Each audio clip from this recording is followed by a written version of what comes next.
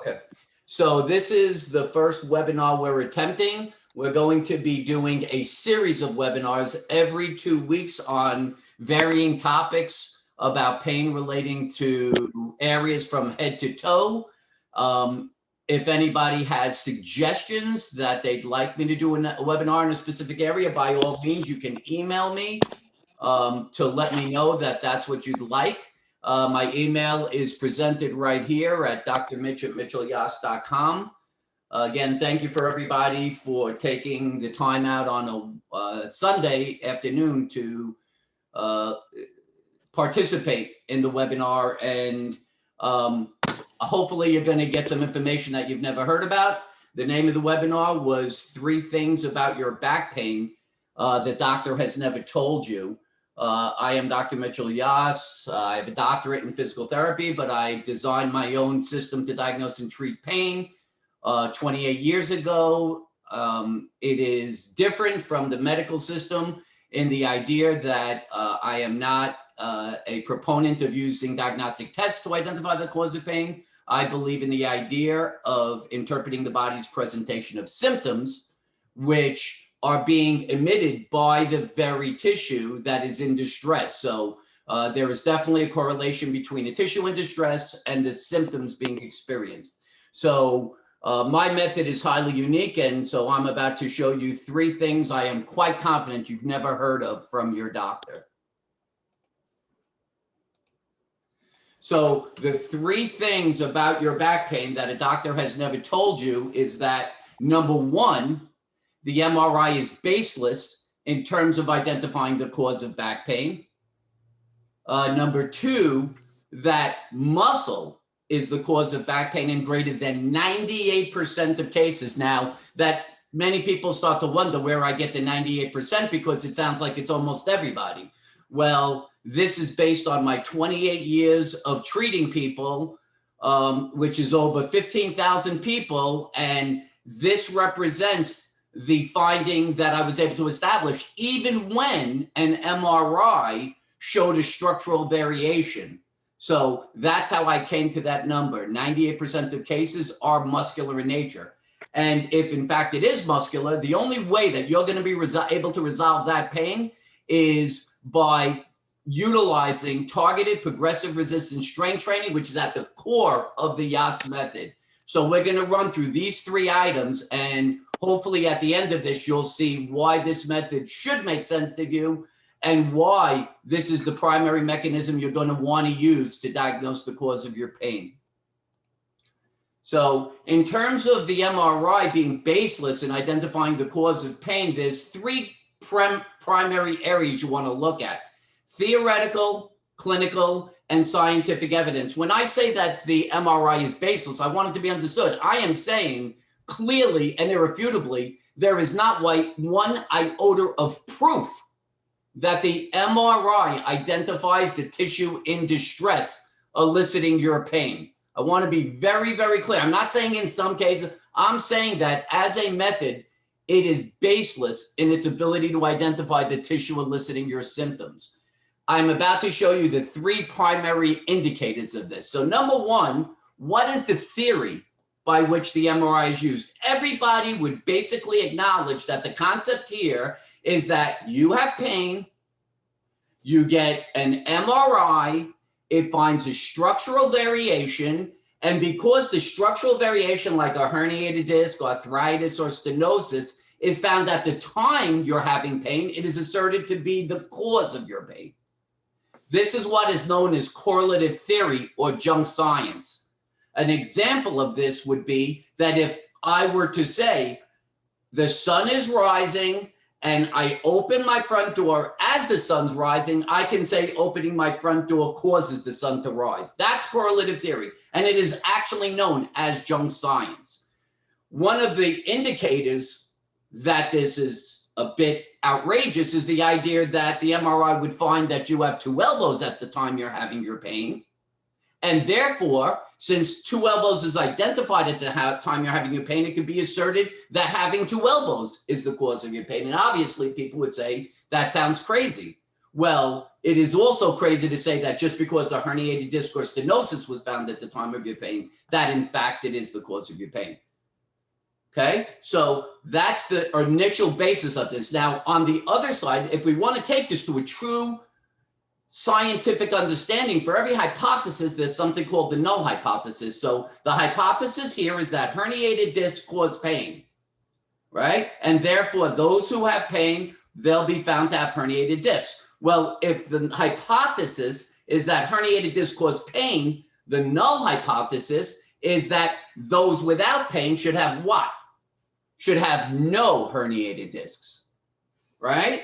Does this hopefully make sense to everybody? If you're going to say something is true, then the opposite must also be true for what you're saying is true to be true. It's the scientific model. So we're saying that, or the theory is that herniated discs cause pain. Well, as I said, if in fact it was supposed to be that people without pain don't have herniated discs, that had been proven, and I'll show you that in a study all the way back to 1994, where the first study was done on people who have no back pain, and 70% were found to have herniated or bulging discs. So that certainly also creates an outlying sense that there is some correlation between the identification of a herniated disc, arthritis, or stenosis at the time you're having pain and it being the cause of your pain. Okay, so that's the theoretical problem. The clinical problem is that based on my 28 years of experience, I found that in greater than 99% of cases of people I've treated, the symptoms being experienced were not where they should have been if the structural variation was creating the symptom. So you have to understand that the theory of symptom is that every tissue creates a specific symptom, and you could identify that structure based on the interpretation of the symptoms. So if we're talking about someone saying that the cause of your pain is a herniated disc, where would you expect the pain to be if a disc were to cause pain? The answer would be at the location of the disc. But what you would find in the vast majority of people is that the pain isn't dead center on the spine and only located at one joint space. It's typically off to one side or the other. And so if it were to come from a disc, then you would have to say, well, if the disc is at the spine and your pain is off to the side, it would have to be considered a referred symptom, meaning that the cause is at the spine and the symptom is experienced off to the side. Well, if you wanted to incite that pain, then the way to do that would be to press at the spine where the disc is. And you could do that from here to eternity, and you're not going to be able to incite that symptom. But if you were to press off to the side of the spine where the symptom is and incite the symptom or bring it on, that would tell you that is known as point tender pain, or that the tissue that you're pressing on is in fact the tissue eliciting the symptom. And it just so happens off to the side across the lower back are lots of muscles. So the second key point here is that symptoms must match cause. Every cause creates specific symptoms. The symptoms that identified must be in the place where they should be for the cause being identified to be creating those very symptoms. And as I've stated, in more than 99% of cases I've treated, the symptoms were not where they should have been based on the MRI finding of a structural variation. Okay, just so people understand that I'm not some renegade guy out there making stuff up, that I'm the only one saying this kind of thing, that before me, everyone was fervently adamant that the MRI is perfect and everybody is supposedly magically getting better by the use of the MRI and treating the structures, which clearly, based on empirical data, can't be true because we have 130 million Americans and roughly 1 billion people suffering from chronic pain. So something's definitely awry there. So I wanted to show you that there's actually scientific evidence going all the way back to 1994, right here, 1994. The first study is done on people with absolutely no back pain, and 80% were found to have herniated or bulging discs. Let me just try and remove this. Good. So if we look at the conclusion from that study, it says on MRI examination of the lumbar spine, many people without back pain have disc bulges or protrusions, but not extrusions. Extrusions means ruptured. So they're herniated or bulging. Given the high prevalence of these findings and of back pain, the discovery by MRI of bulges or protrusions in people with low back pain may frequently be coincidental, reinforcing my position.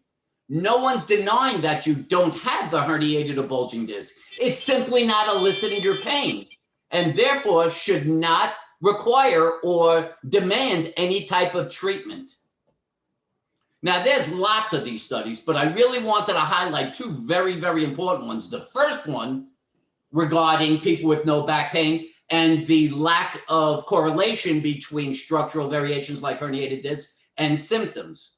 The second one is a monster presentation. This is in 2007, and it's from the American College of Physicians and the American Pain Society. Now, what these guys did, by 2007, chronic pain has erupted. It is an epidemic. And so the medical system needed to try to understand it. So what they did was in 2007, they do what's known as a 20-year literature search. They go through 20 years of case studies, literally patient case studies, analyzing them and cataloging them.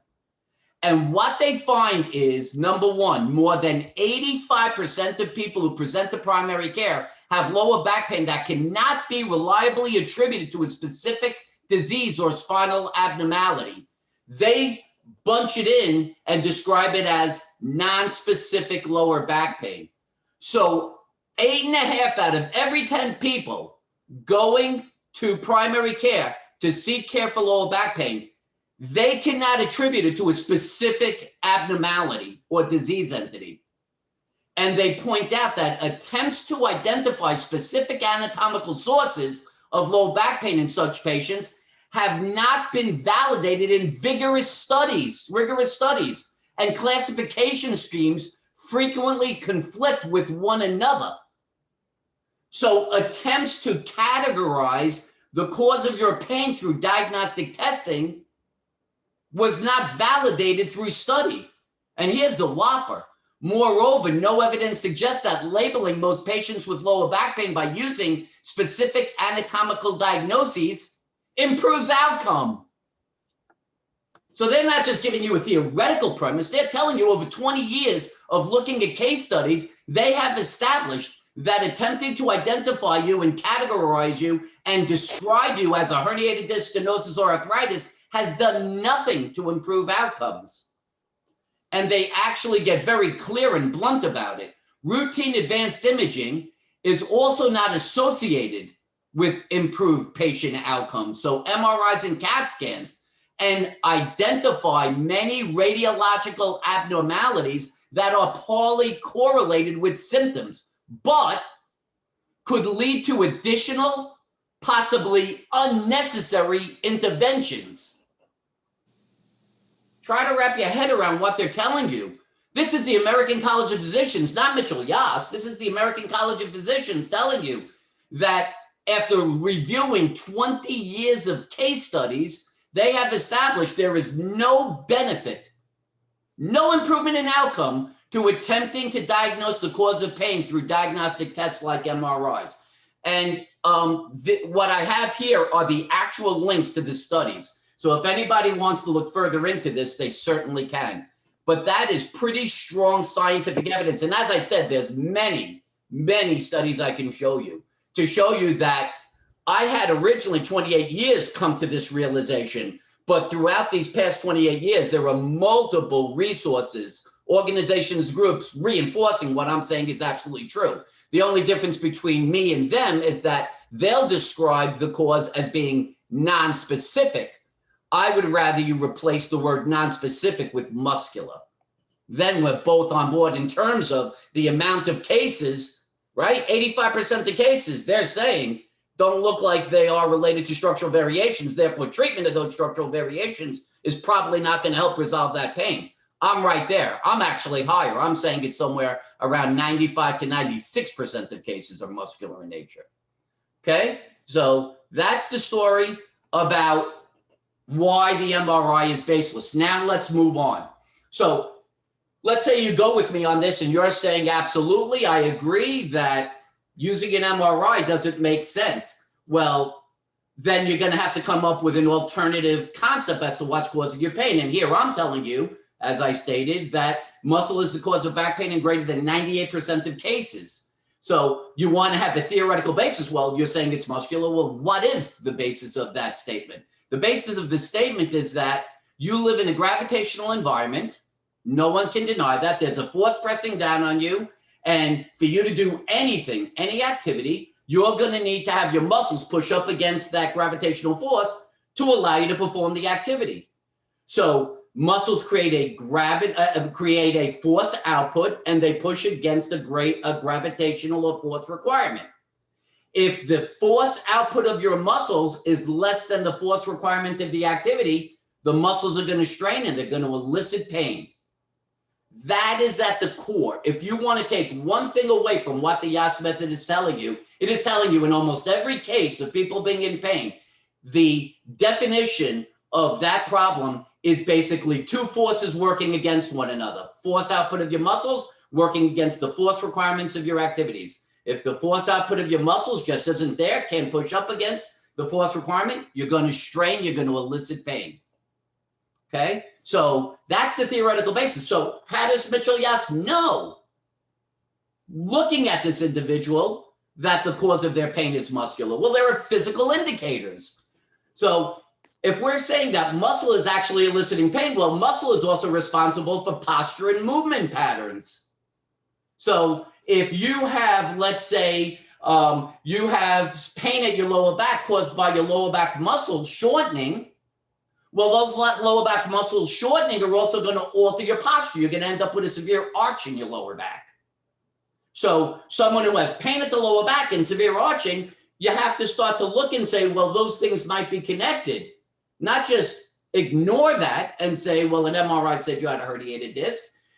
If you have pain at the lower back being caused by a strained muscle that's due to a hip muscle being weak, causing the lower back muscle to overwork, you might find that one hip is higher than the other.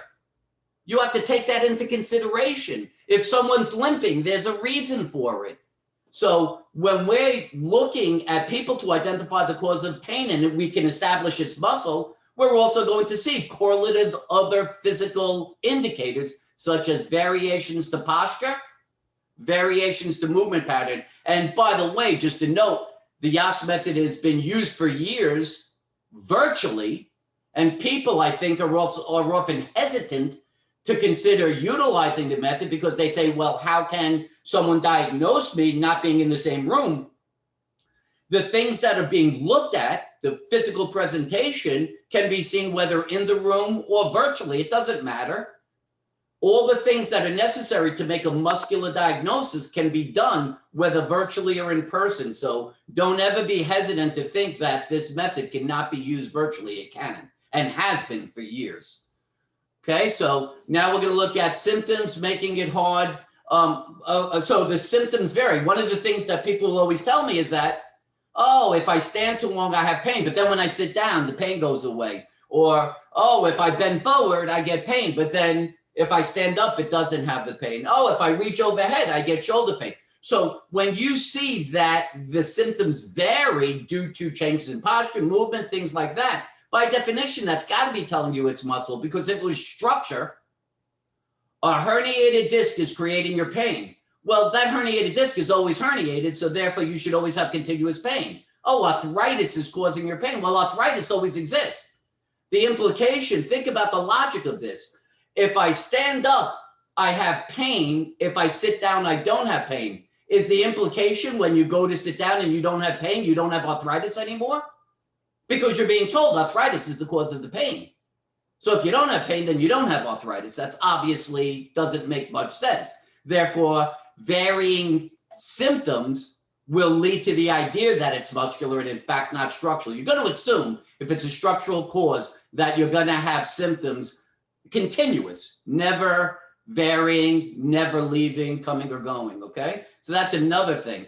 Oftentimes people will tell me, yeah, I've been diagnosed with stenosis or arthritis or a hernia, pinched nerve, a very popular term, right? And then they'll say, but I get a massage and I always feel better after the massage. So I guess then the equation that someone's trying to equate is that massage unherniates discs or unpinches nerves or unarthritis is arthritis. Clearly that's not the case.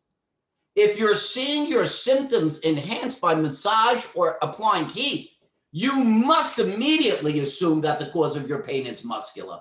And again, that structural variation identified on that MRI exists, but is independent. It is an independent variable to the tissue in distress eliciting your symptoms.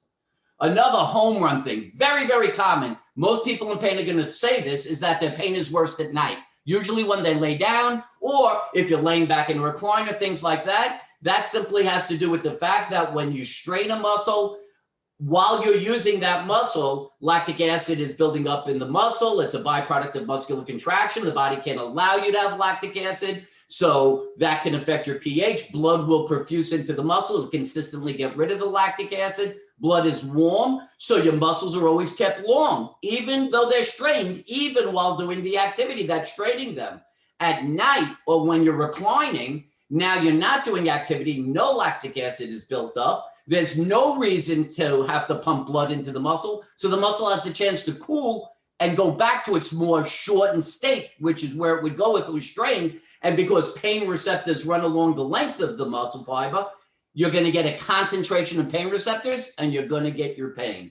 So that's why, for anybody wondering if they're having pain at night, and that seems to confuse people, I say it's muscular and they say, well, why aren't I having pain while I'm doing the activity that you're telling me the muscle is straining with?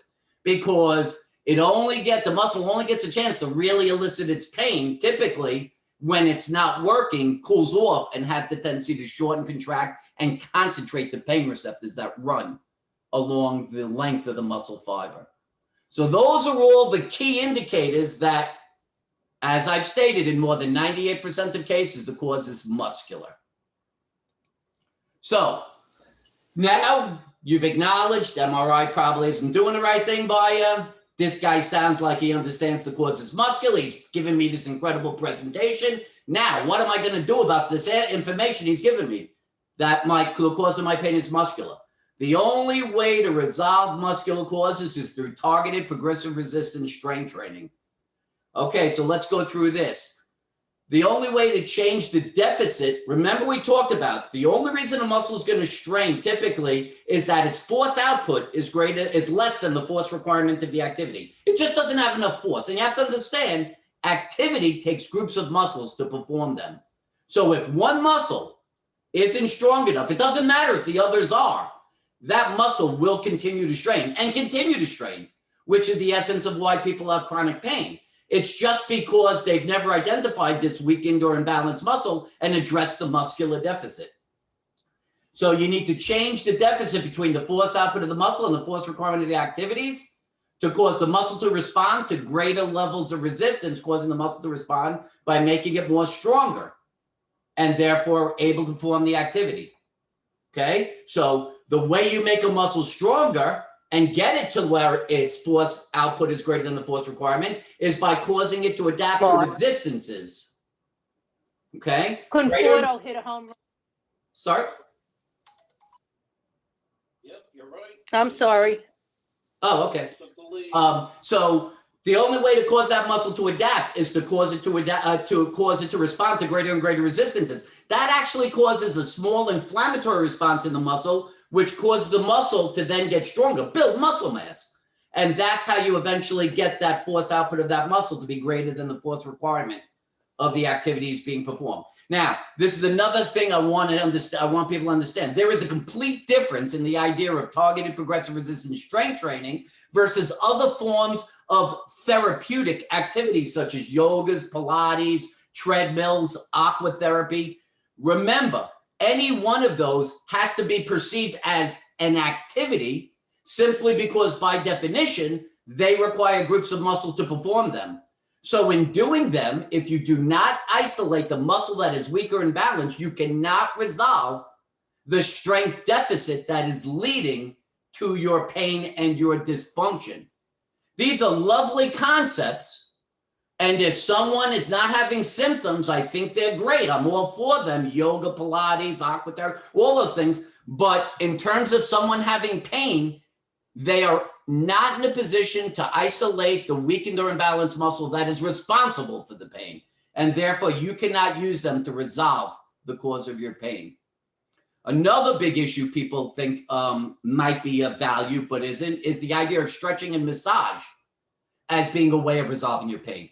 I am not saying that they are not lovely concepts. I am not saying that they will not help to minimize your symptom, but it's only minimizing the symptom in the short term. What is the long-term problem here?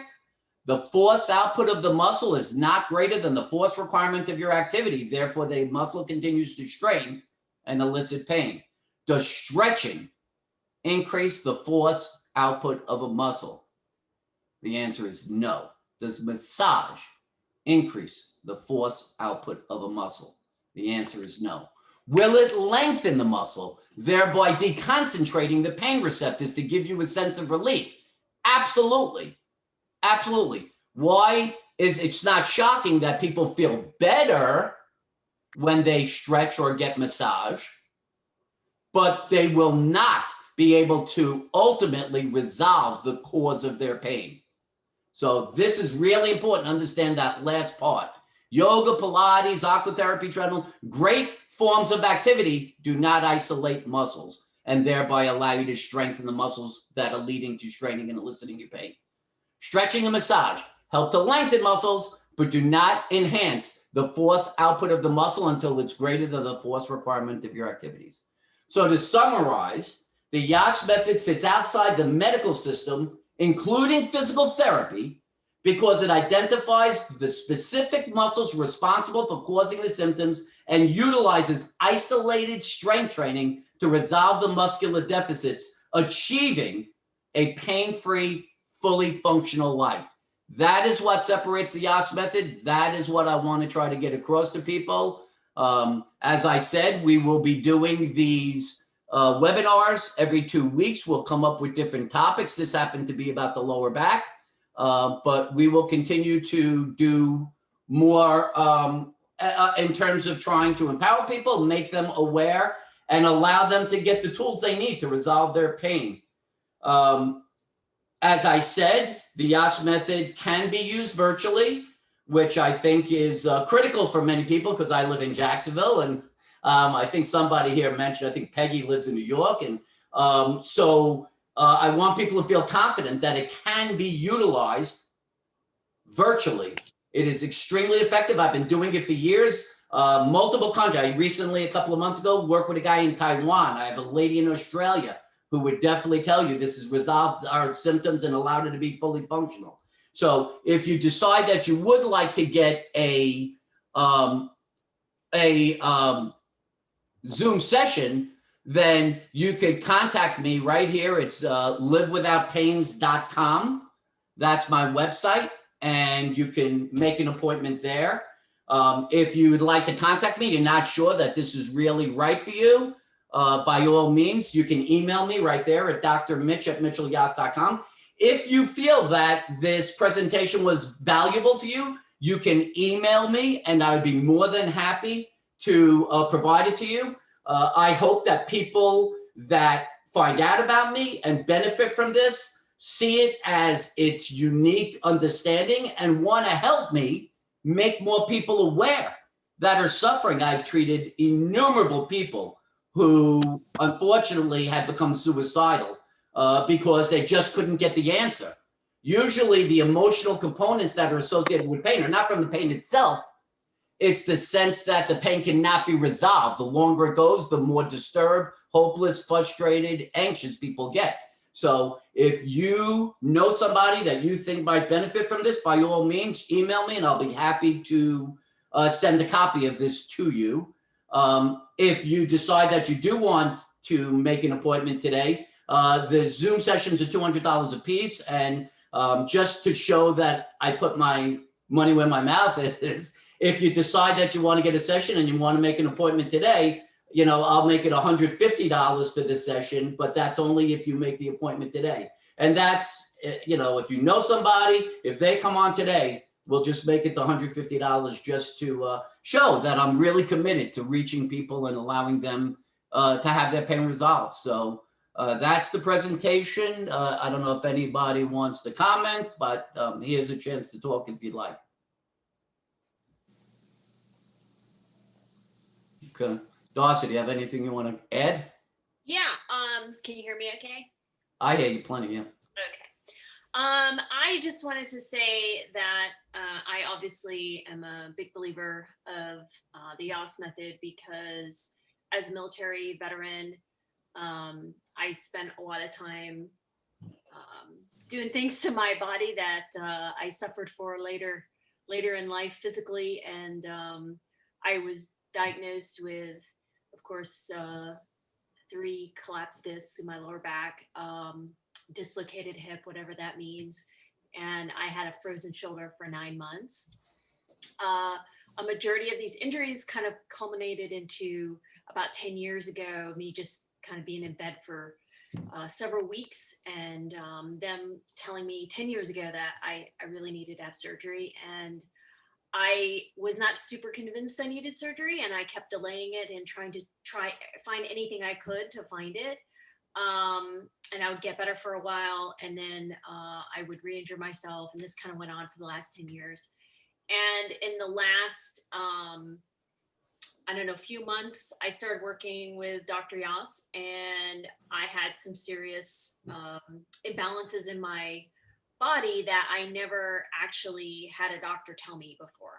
So that was pretty illuminating to learn about these things that no doctor had ever mentioned. Like, I'm re-injuring myself every time, obviously, because my body, I'm doing the movement and I'm doing it very imbalanced. So just like maybe on the right side of my body. And if you start trying to exercise and get back in shape after you haven't, and your body's completely imbalanced, of course you're gonna, you know, re-injure yourself over and over. So I started working with Dr. Yass, and like in the first session, I will tell you, I was able to completely lift my left arm straight up, and I have not been able to do that in 10 years without pain. So in one session, I was out of pain with my shoulder, and the referred pain in my hip went away. So I think I have probably a little more work to do, you know, on doing the things he's telling me to do, of course. But I definitely feel like I have some hope that I am not getting surgery ever, if I can help it. And that I'm getting back on track to be able to do the things I used to do. And I don't wake up in pain like I used to.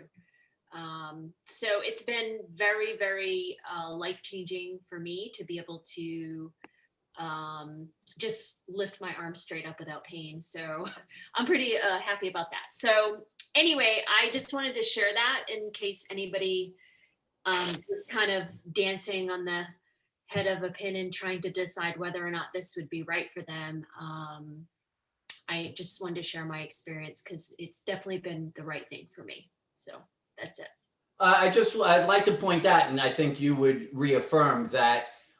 So we talk about the idea that the cause of the pain is muscular. I establish which muscles need to be strengthened, and then we're going to go on and you're going to do the strengthening during the Zoom session. So the way it works is I'm going to demonstrate what I want you to perform, how to perform the exercise, and then you're going to do it under my supervision.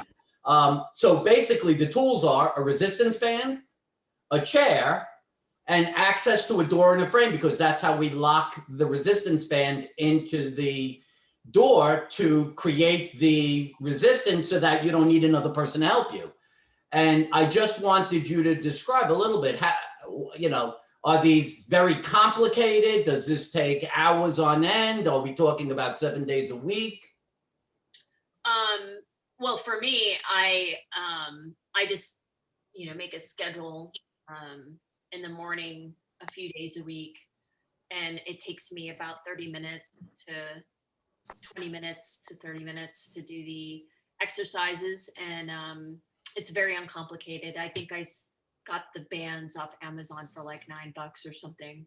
So it was very low entry bar for entry. And it's, you know, we traveled the next week to Key West actually. And, you know, I just brought the bands with me. And, you know, I had a chair there, of course, and then I just did the exercises in the morning. So it was something I could take with me. It was something that was portable, and it worked out. So. All right. Does anyone else have any comments or questions? Not? Okay. All right. So we will end it here. And what we'll do is just look for the next webinar on the Facebook page, Dr. Mitchell Yass, and we'll keep going. Again, if you need to get in touch with me, you could do so through email, drmitch@mitchellyass.com.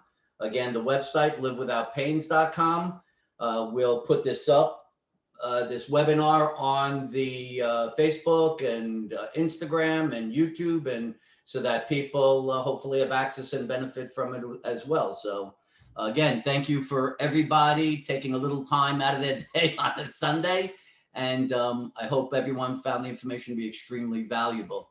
And I hope everybody ends up being pain-free and fully functional. That's the goal. All right. So take care. Have a good rest of your day. Bye-bye.